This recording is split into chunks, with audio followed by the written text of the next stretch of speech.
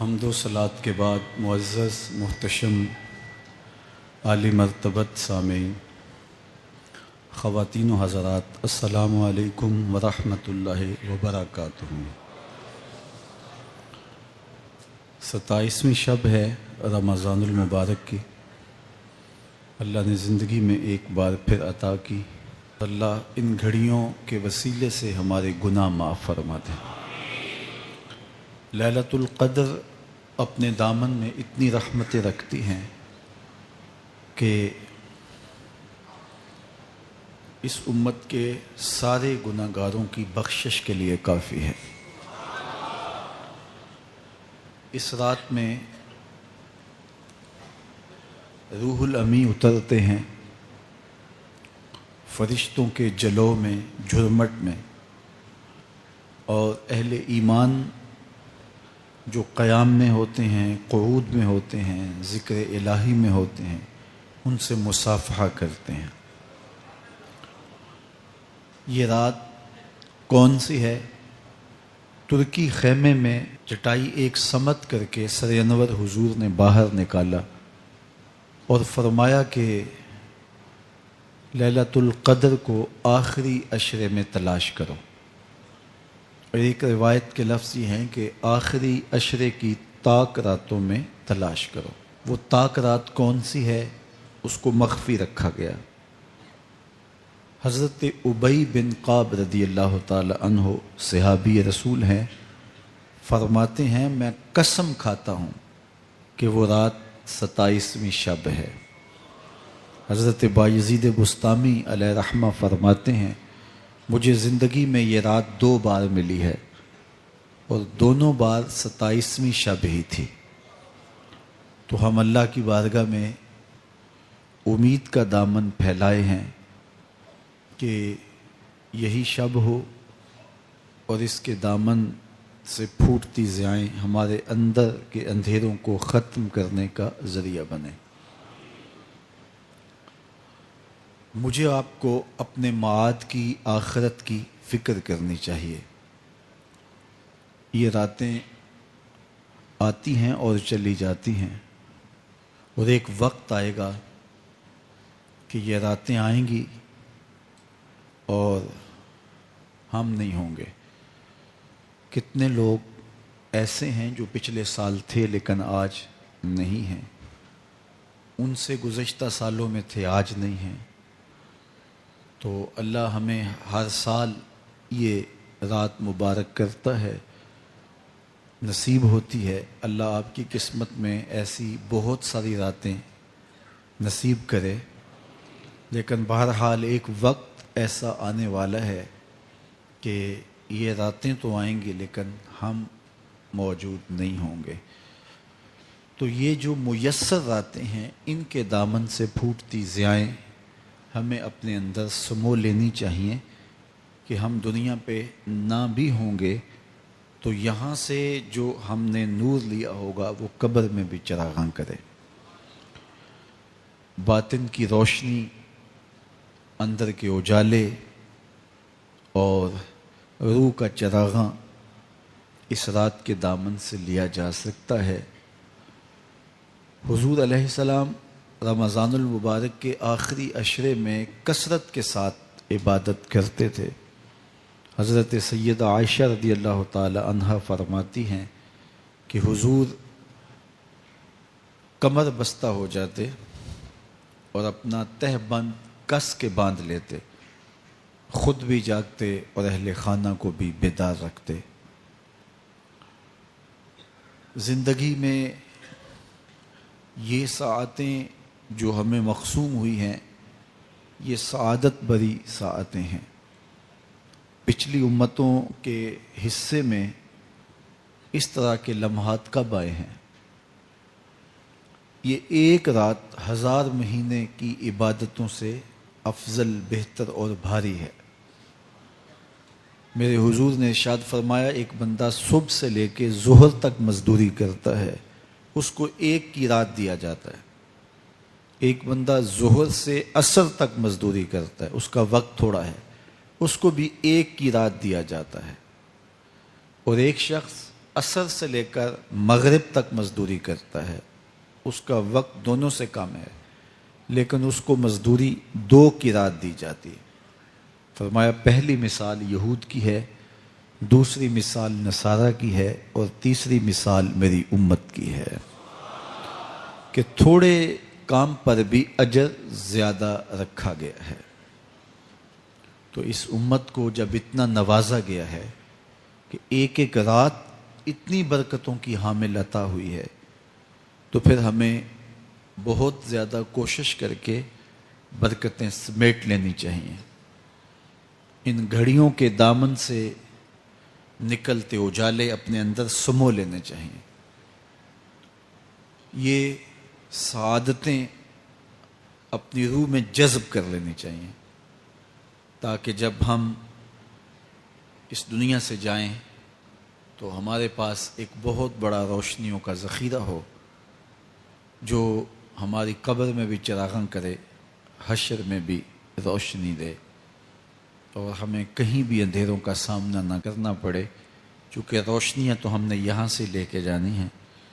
تو یہاں سے کتنی روشنیاں لے کے جاتے ہیں، یہ ہماری ہمت ہے، یہ ہماری کوشش ہے۔ اللہ نے تو لوٹ سے لگائی ہے، اس کی رحمتیں مسلسل ہمارے اوپر برس رہی ہیں، اور یہ صدقہ ہے آمنہ کے لال کا، ورنہ ہم اس قابل کہاں تھے۔ تو میں اللہ کی بارگاہ میں آپ سب کے لیے دعا گو ہوں، آپ میرے لیے دعا گو رہیں کہ اس شب نور کی برکتیں ہمیں نصیب ہوں۔ حضور نے ارشاد فرمایا، من قام لیلۃ القدر ایمانا و احتسابا غفر له ما تقدم من ذنبہ، جس نے لیلۃ القدر میں قیام کیا ایمان اور محاسبہ نفس کے ساتھ، اللہ اس کے پچھلے سارے گناہ معاف فرما دیتا ہے۔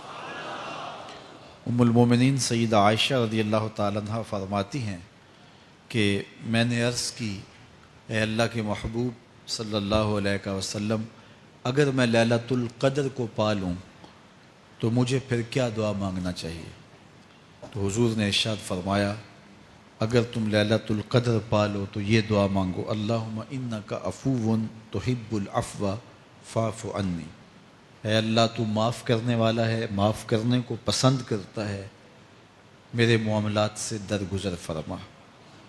تو اللہ تعالیٰ اس رات کی برکتوں سے ہمیں اپنی پناہ میں، امان میں، حفاظتوں کے حصار میں رکھے۔ ہر سال لیلۃ القدر کے موقع پر اور شب برات کے موقع پر دور و نزدیک سے آنے والے سامعین کو کتاب اللہ سے کچھ ضروری مضامین پیش کرنے کی سعادت پاتا ہوں، چونکہ مجھے پتہ ہے کہ یہاں آنے والے لوگ بڑی دور دور سے آتے ہیں اور اپنے محلوں کو، اپنی بستیوں کو، اپنے شہروں کو چھوڑ کے یہاں پہنچتے ہیں، تو ان کا ایک لمحہ بھی ضائع نہ ہو، ان کی ایک ایک ساتھ کی قدر کی جائے، اور ان کو بامقصد باتیں جو ان کی پوری زندگی میں ان کے لیے نفع کا سبب ہوں، ان کو یہاں سے دی جائیں۔ تو قرآن مجید سے بہتر اور کیا پیغام ہو سکتا ہے؟ تو انشاءاللہ آج آپ کے سامنے کتاب اللہ سے ایک مضمون رکھوں گا، اللہ کتاب و سنت کے اجالوں سے ہمارے من کے سارے اندھیرے اور ظلمتیں دور کر دے۔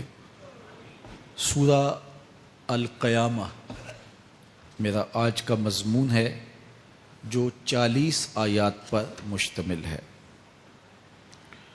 سورۃ القیامہ قیامت کے اس بات اور اس کے ہولناک منظر کی عکاسی پر مشتمل ہے۔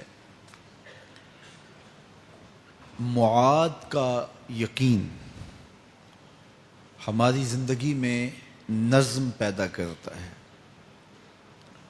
اگر کسی قوم کو احتساب کا یقین نہ ہو تو اس کی زندگی بے ربط ہو جاتی ہے، لوٹ مار کا بازار گرم کر لیتا ہے کہ مجھے کون پوچھنے والا ہے۔ لیکن جس قوم میں احتسابی عمل مضبوط ہو وہاں لوٹ مار کا بازار گرم نہیں ہو سکتا۔ تو دنیا کے اوپر نظم قائم رکھنے کے لیے احتسابی عمل بہت ضروری ہے۔ دنیا بھر کے دانشور یہ بات کہتے آئے ہیں۔ اگر جرائم ختم کرنے ہیں تو انصاف فراہم کرنا پڑے گا۔ اگر عدالتیں قابل فروخت مال بن جائے، تھانے بکنے لگ جائیں، تو پھر معاشرے جرائم سے پاک نہیں رہ سکتے۔ تو عدالتی نظام اگر بے لاگ ہوگا اور انصاف لوگوں کی دہلیز تک پہنچے گا تو معاشرے ستھرے اور پاکیزہ ہوں گے اور ایک خوبصورت معاشرتی نظم قائم ہوگا۔ تو احتسابی عمل اور عدالتی نظم اچھا رکھنے کے نتائج ہم اپنی آنکھوں سے دیکھتے ہیں۔ تو کیا آخرت کا احتساب ہونا ضروری نہیں، جہاں افراد کا اور قوموں کا فرد عمل پیش ہو اور پھر جزا و سزا ان کو دی جائے؟ تو اسلام نے جو معاد اور آخرت کا تصور دیا ہے، یہ فرد اور قوم کی زندگی میں ایک نظم پیدا کرتا ہے۔ لیکن ہر دور میں جو مجرم ہوتے ہیں، جن کا کام ہی لوٹ مار ہوتا ہے، وہ کبھی نہیں چاہتے کہ احتسابی عمل مضبوط ہو۔ وہ چاہیں گے کہ عدالتیں قابل فروخت جنس بن جائیں، تھانوں کی بولیاں دی جا سکیں اور انصاف کبھی بھی قائم نہ ہو۔ تو بے لاگ احتساب کا وہ کبھی بھی رواج نہیں پڑنے دیں گے۔ جو لوگ آخرت کے تصور کو جھٹلاتے ہیں، ان ساری قوموں کو دیکھ لیں جنہوں نے آخرت کو جھٹلایا۔ وہ قومیں ہیں جو برائی میں لت پت تھیں اور گناہوں بھری زندگی بسر کر رہی تھی۔ اب ایسی قومیں کبھی پسند نہیں کرتی کہ کوئی آخرت بھی ہو جس کا خوف انہیں گناہوں کی اور بدیوں کی زندگی سے نکالے، کیونکہ وہ اس زندگی سے نکلنا ہی نہیں چاہتے۔ تو آخرت کا وہ ڈٹ کے انکار کرتے۔ قریش مکہ نے بھی آخرت کا ڈٹ کے انکار کیا اور کہا کہ ہم آخرت کو نہیں مانتے، چونکہ اگر وہ آخرت کو مان لیتے ہیں تو پھر زندگی کی تمام تر مکاریاں، دجل و فریب، تلبیسات، لوٹ مار، ظلم و جبر جو کمزوروں پر وہ روا رکھے ہوئے تھے، اس کا جواز باقی نہیں رہتا تھا۔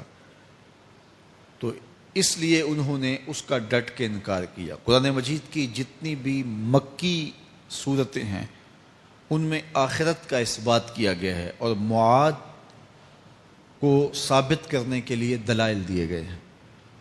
یہ سورہ القیامہ یہ بھی سورت نزول کے اعتبار سے مکی ہے۔ سورت کا آغاز قسم سے کیا جا رہا ہے۔ لا اقسم بیوم القیامہ، روز قیامت کی قسم یاد کرتا ہوں۔ اللہ تعالیٰ نے قیامت کے دن کی قسم کی۔ ولا اقسم بالنفس اللوامہ، اور قسم ہے ملامت کرنے والے نفس کی، اس جان کی قسم جو اپنے اوپر ملامت کرے۔ انسان کے اندر جو نفس ہے وہ اس کو برائی کا حکم دیتا ہے۔ حکم دینے والے کو آمر کہتے ہیں اور اسی سے مبالغہ کا صیغہ امارہ ہے، بہت زیادہ حکم دینے والا۔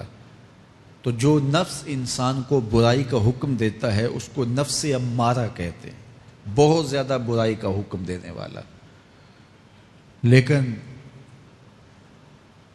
اللہ تعالیٰ جل شانہ دین کی برکت سے جب نفس کی اصلاح کرتا ہے تو نفس امارہ نفس لوامہ بن جاتا ہے، جو ملامت کرتا ہے، برائی پر بندے کو روکتا ہے. اندر ایک جنگ چلتی ہے، بندہ گناہ کرتا ہے لیکن اندر اس کا نفس اس کو ملامت کرتا ہے کہ تم غلط کر رہے ہو. تو اندر جو جنگ چل رہی ہوتی ہے، نفس ملامت کر رہا ہوتا ہے، گناہ بھی چل رہا ہوتا ہے، تمام عمر طوفان سے کھیلتے گزری، نیا کے ڈوبنے کا ڈر بھی رہا. تو یہ اندر جو کھینچا تانی ہے، ملامت اور گناہ، پھر توبہ بھی ہوتی ہے، پھر گناہ بھی سرزد ہو جاتے ہیں. تو یہ نفس لوامہ جو گناہ سے بندے کو روکتا ہے، اللہ تعالیٰ جل شانہ نے اس نفس لوامہ کی قسم کی ہے کہ مجھے قسم ہے انسان کے نفس لوامہ کی، جو اس کو برائی سے روکتا رہتا ہے اور خیر کی طرف اس کو بلاتا رہتا ہے. تو قیامت کی قسم کی اور نفس لوامہ کی قسم کی. اور جب نفس مزید ترقی کرتا ہے اور پھر اندر نیکی کی قوتیں پنپتی ہیں تو ایک وقت آتا ہے کہ پھر انسان نیکی ہی کے ماحول میں جینا شروع کر دیتا ہے. تو پھر نفس کو اطمینان ملتا ہے. اس نفس کو نفس مطمئنہ کہتے ہیں. اور جب نفس مطمئنہ بن جائے تو قیامت کے دن اللہ تعالیٰ جل شانہ آواز دے گا کہ میرے لیے گناہوں کو چھوڑنے والے آجا، تیرا رب تیرا منتظر ہے. سورہ الفجر میں ارشاد فرمایا، یا ایتھا النفس المطمئنہ ارجعی الی ربک راضیۃ مرضیہ فادخلی فی عبادی وادخلی جنتی. اے نفس مطمئنہ آجا، تیرا رب تیرے پہ راضی اور تو رب پہ راضی، میرے بندوں میں داخل ہو کے میری جنت میں داخل ہو جا. تو اللہ تعالی ہمارے نفس کو نفس مطمئنہ بنائے.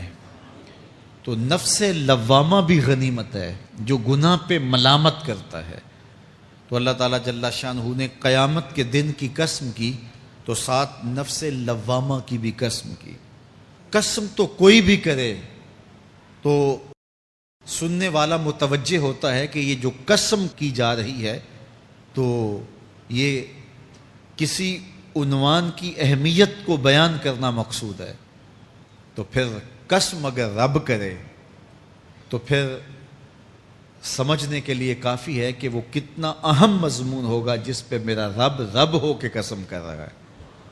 تو قیامت پر اللہ تعالیٰ قسم فرما رہا ہے تاکہ اس کا قسم فرمانا اہل عقل کے لیے کافی ہو کہ اس کے اس بات کے لیے اس سے بڑی کیا دلیل ہو سکتی ہے کہ میرا رب اس پہ قسم کر رہا ہے.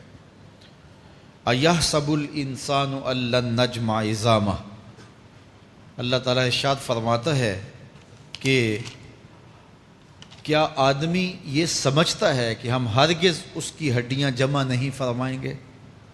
یہ ایک کافر تھا، عدی بن ربیعہ، یہ مراد ہے یہاں انسان سے. ایک روایت کے مطابق ابو جہل بن ہشام مراد ہے.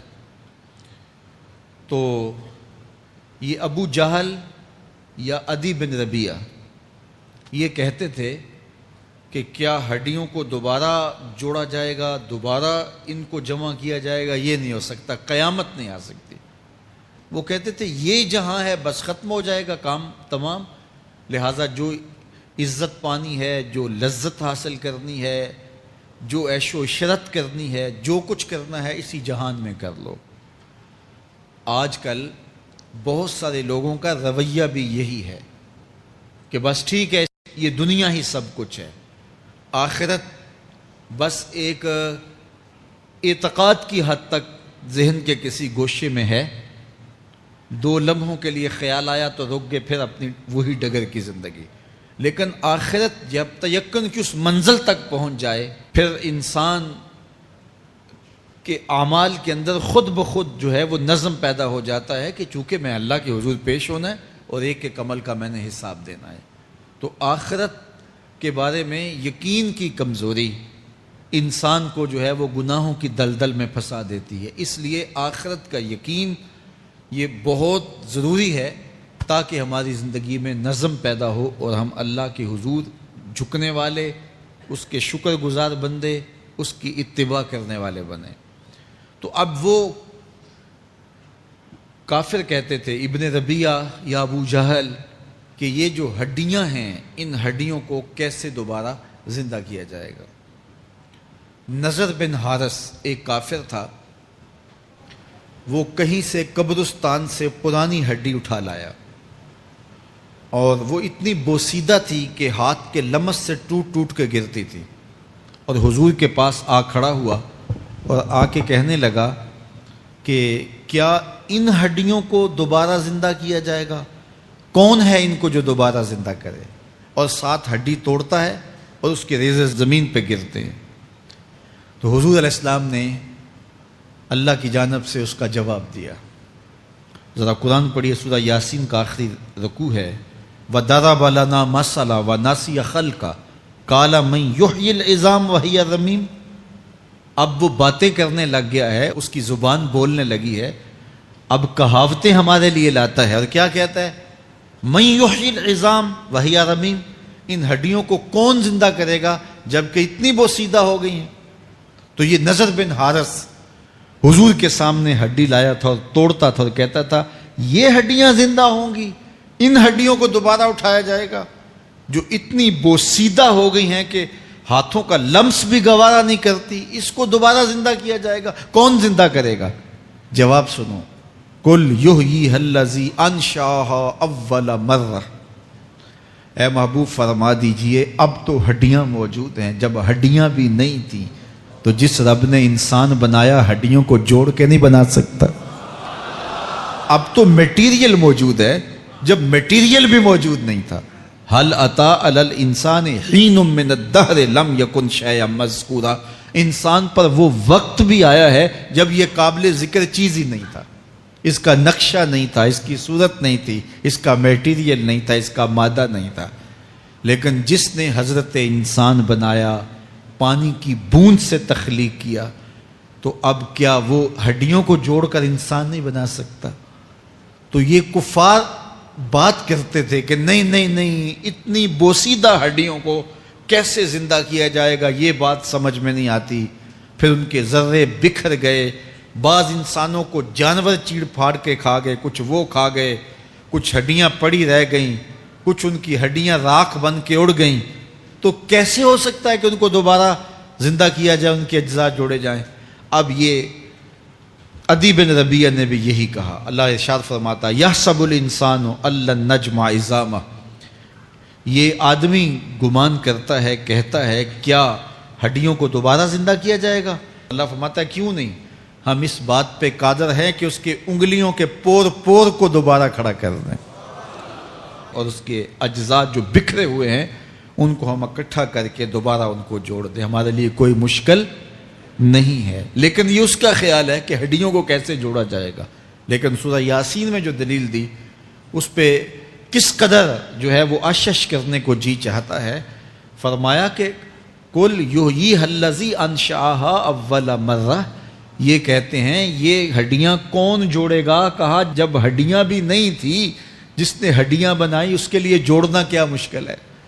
تو یہ عجیب تم نے بات کی۔ تو اللہ تعالیٰ جل شانہ قیامت کے دن ہمارے وجود دوبارہ اٹھائے گا اور اپنے حضور بندوں کو کھڑا کرے گا اور ان سے سوال پوچھے گا۔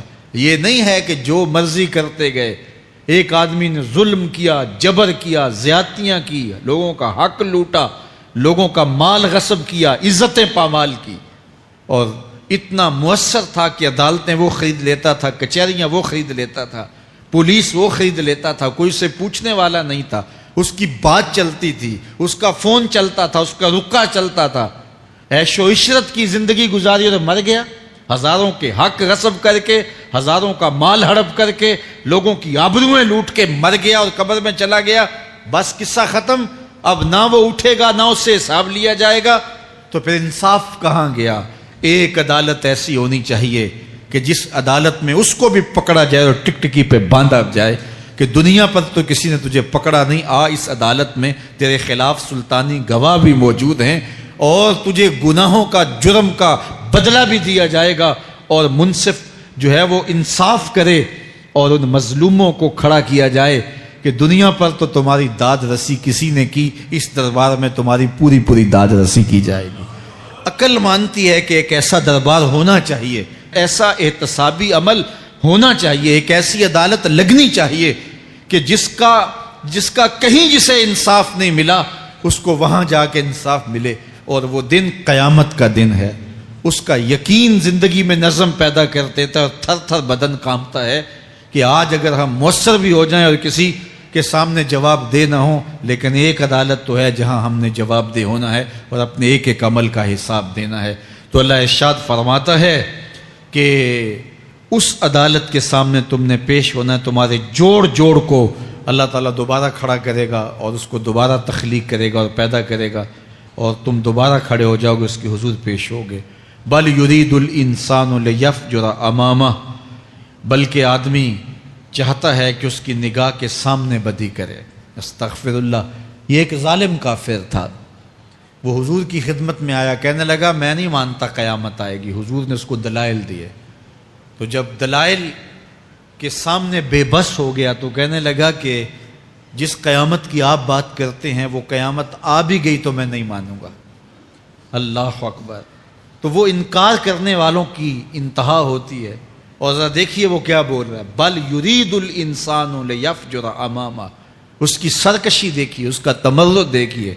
وہ کہتا ہے اچھا اگر قیامت قائم ہوئی تو یہ گناہ، یہ جرم، یہ بدی، یہ بدکاریاں، یہ ظلم جو میں کرتا ہوں، یہ بدکاریاں رب کے سامنے کروں گا۔ کیسی ڈٹائی ہے، مذاق اڑاتا ہے، تمسخر اڑاتا ہے آخرت کا۔ کہتا ہے جو بدیوں کا کاروبار میں نے گرم کیا ہے، جو بدکاریاں میری زندگی کا معمول ہیں، جو دادے عیش دیتا ہوں، جو عزتوں کو پامال کرتا ہوں، جو غریبوں کے پنجے توڑتا ہوں، جو لوگوں کا حق غصب کرتا ہوں، جو برائیاں کرتا ہوں، اگر قیامت قائم بھی ہو گئی تو میں یہ سارے جرم رب کے سامنے کروں گا، پھر وہ مجھے پکڑ کے دکھائے۔ اللہ اکبر۔ یسأل ایان یوم القیامہ۔ پھر پوچھتا ہے اچھا قیامت کب آئے گی؟ یہ تمسخر کے طور پہ پوچھتا ہے، لاؤ نہ قیامت، کب آئے گی قیامت؟ میں جرم رب کے سامنے کرنا چاہتا ہوں۔ اللہ اکبر۔ اب جواب سنیے۔ اب لفظوں کا ترجمہ اس زور سے کیا ہی نہیں جا سکتا جس زور کے لفظ ہیں۔ وہ کہتا ہے قیامت کب آئے گی؟ میں تو یہ جرم رب کے سامنے کرنا چاہتا ہوں، کوئی قیامت نہیں ہے، مذاق اڑاتا ہے۔ قیامت کب آئے گی؟ آواز آئی فائزہ برق البصر وخسف القمر وجمع الشمس والقمر۔ جب قیامت آئے گی تو آنکھیں چندھیا جائیں گے، چاند بے نور ہو جائے گا، سورج اور چاند اکٹھے ہو جائیں گے۔ یقول الانسان یومئذ این المفر۔ آج جو کہتا ہے کہاں ہے قیامت، اس دن بھاگتا پھرے گا۔ کوئی پناہ گاہ ہو بتاؤ، کوئی ہے ٹھکانہ چھپنے کا؟ کوئی پناہ گاہ ہے؟ کلا لا وزر۔ آواز آئے گی کوئی ٹھکانہ نہیں ہے، آج کوئی ٹھکانہ نہیں ہے۔ الی ربک یومئذ المستقر۔ اگر ٹھکانہ ہے تو صرف رب کے پاس ہے، انہیں ٹھکانہ ملے گا جو رب کے بندے ہیں اور اس کی دہلیز پہ آنے والے ہیں۔ یُنَبَّأُ الْإِنسَانُ یومئذ بما قدم وأخر۔ اللہ تعالیٰ اس دن بتا دے گا جو آگے بھیجا اور وہ بھی بتا دے گا جو پیچھے چھوڑا۔ ایک ایک چیز تشت ازبام ہو جائے گی۔ یوم تبلی السرائر فما لہ من قوت ولا ناصر۔ اللہ فرماتا سارے راز کھل جائیں گے۔ جو بند کمروں میں جرم کیے، دادے عیش دیتا رہا، وہ بھی کھل جائیں گے، اور پھر کوئی طاقت نہیں ہوگی، کوئی زور نہیں ہوگا، کوئی زر نہیں ہوگا جو اس کو بے نقاب ہونے سے بچا سکے۔ اے داور حشر میرا نامہ اعمال نہ پوچھ، اس میں کئی پردہ نشینوں کے بھی نام آتے ہیں۔ تو وہ کتنا سخت دن ہوگا۔ ارشاد فرمایا جائے گا کہ جو آگے بھیجا، جو پیچھے چھوڑا، جو جرم کرتا رہا، جو نیکیاں کی، جو برائیاں کی، سب کچھ تشت ازبام ہو جائے گا۔ بل الانسان علی نفسہ بصیرہ۔ بلکہ آدمی خود اپنے حال پر اچھی طرح خود آگاہ ہے. ہم اسے نامہ اعمال کے دفتر دیں گے جہاں سب کچھ لکھا ہوگا. قرآن بتاتا جب نامہ اعمال سامنے آئے گا تو وہ بے ساختہ پکار اٹھے گا, ما لہذا الکتاب لا یغادر صغیرۃ ولا کبیرۃ الا احصاها. ہائے اس کتاب کو کیا ہوا, اس نے چھوٹی بڑی کوئی بات نہیں چھوڑی, سب کچھ لکھ دیا. نامہ اعمال سامنے ہوگے, زمین بولے گی, ہاتھ پاؤں بولیں گے, فرشتے بولیں گے, کرامن کاتبین بتائیں گے یہ کیا کیا جرم کرتا رہا, کیا کیا گناہ کرتا رہا. تو اس دن ہر شے سامنے آ جائے گی. تو یہ تو ثبوت ہوں گے ہی ہوں گے, لیکن اللہ فرماتا ہے ثبوت تو اپنی جگہ, لیکن بل الانسان علی نفسہ بصیرہ. کیا انسان کو خود نہیں پتا کہ وہ کہاں کھڑا ہے؟ اس کو اپنے جرائم کی فہرست خود یاد ہے, اس کے ضمیر پہ خود اس کا بوجھ موجود ہے. اسے یہ نامہ اعمال نہ بتاتے, فرشتے نہ بتاتے, پھر بھی اسے پتا تھا کہ میں کیا ہوں اور کہاں میں نے جرم کیا ہے. وَلَوْ أَلْقَى مَعَاذِيرَهُ. اللہ اکبر. اگر اس کے پاس جتنے بہانے ہوں سب لا ڈالے, جب بھی کوئی اس کا بہانہ نہیں سنا جائے گا. قیامت کا دن ہوگا, دنیا کے اوپر تو بہانوں سے انسان بچ نکلتا ہے. کوئی جھوٹ بول لیا, کوئی جھوٹا گواہ پیش کر دیا, کوئی مکر کر لیا, کوئی رشوت چل گئی, کوئی سفارش کام آ گئی, کوئی بہانہ تراش لیا, بات کو توڑ موڑ کے پیش کر لیا. لیکن قیامت کا جب دن ہوگا تو کوئی نہ جھوٹا گواہ چلے گا, نہ رب کی پولیس رشوت لیتی ہے, نہ وہاں انصاف کے خلاف کوئی کام ہوگا, اور نہ ہی کوئی بہانہ چل سکے گا. اللہ اکبر. دوسری بات مفسرین نے یہ بھی لکھی کہ بعض اوقات یہ ہوتا ہے کہ انسان اپنے گناہ پر, اپنے جرم پر کوئی بہانہ تلاش کر کے لوگوں کو مطمئن کر لیتا ہے. جو اس نے جرم کیا, کسی سے زیادتی کی, کسی کا حق غصب کیا, تو لوگوں نے ملامت کی تو وہ کوئی بہانہ تلاشتا ہے اور لوگوں کو مطمئن کر لیتا ہے. بعض اوقات لاجواب کر دیتا ہے, بعض اوقات مطمئن بھی کر لیتا ہے. وہ لوگوں کو تو مطمئن کر لیتا ہے لیکن وہ خود مطمئن نہیں ہو سکتا. جس نے جرم کیا ہوتا ہے, جرم اس کو اندر سے ڈستا رہتا ہے, اس کا ضمیر اس کو ٹھوکریں مارتا رہتا ہے, اندر کی بے چینی اسے تنگ کرتی رہتی ہے. اگرچہ وہ دلائل سے, مکر و فریب سے, باتوں کو توڑ موڑ کے عذر کر لیتا ہے, کوئی بہانہ بنا لیتا ہے, لیکن اس کے باوجود اس کے اندر کوئی چین, اندر کوئی اطمینان نہیں ہوتا. اللہ اکبر. تو مجرم بے چین رہتا ہے. آج ہماری بے چینیوں کا ایک سبب ہمارا مالک کی دہلیز سے منہ موڑنا اور بہت سارے دیدہ نادیدہ گناہوں کا ارتکاب کرنا ہے. جب ہم سے سستیاں ہو جاتی ہیں, کوتاہیاں ہو جاتی ہیں, تو وہ گناہ ہمارا پیچھا نہیں چھوڑتے اور ہمیں بے چین اور مضطرب رکھتے ہیں. تو بعض اوقات جو ہے وہ ہم کہتے ہیں کہ پتہ نہیں بے چینی کیا ہے. بے چینی گناہوں کی ہے. گناہ طبیعت میں بے چینی پیدا کر دیتا ہے, سکون نہیں آنے دیتا. اطمینان کی دولت چھن جاتی ہے جب کوئی شخص گناہ کرتا ہے. اور یہ لازمی نہیں ہے کہ وہ کسی کا حق غصب کرے, اس نے کسی کی عزت ہی پامال کی ہو, اس نے کسی کی آبرو پہ حملہ کیا ہو. اگر نماز چھوڑی ہے تو بے چینی یہ بھی کم نہیں ہے, یہ رب کی نافرمانی ہے.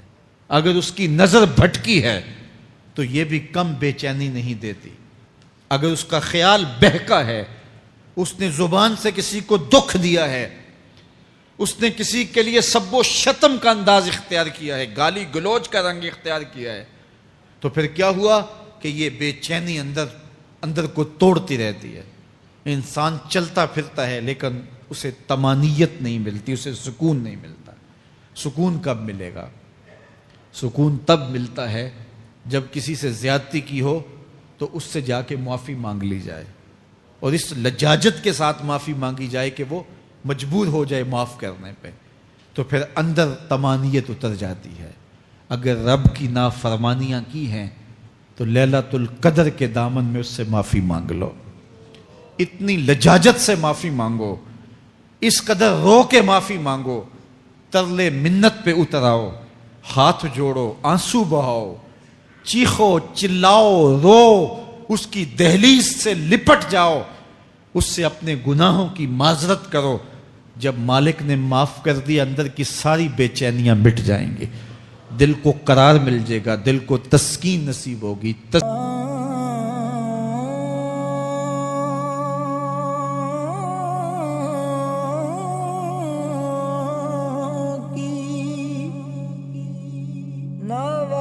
سنتا ہے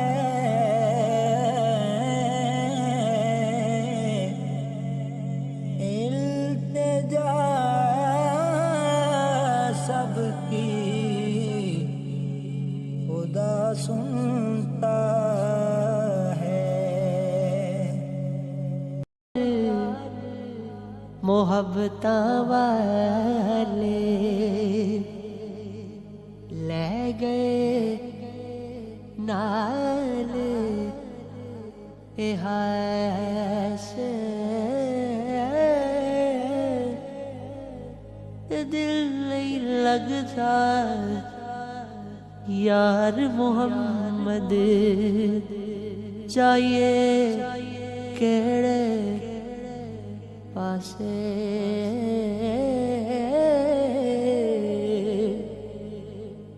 باپ مرے سر ننگا ہوندا ہے, ویر مرنے کنڈ خالی.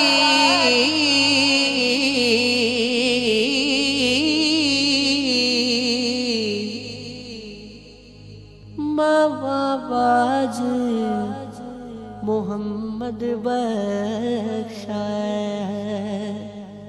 کوڑ کرے رکھوالی.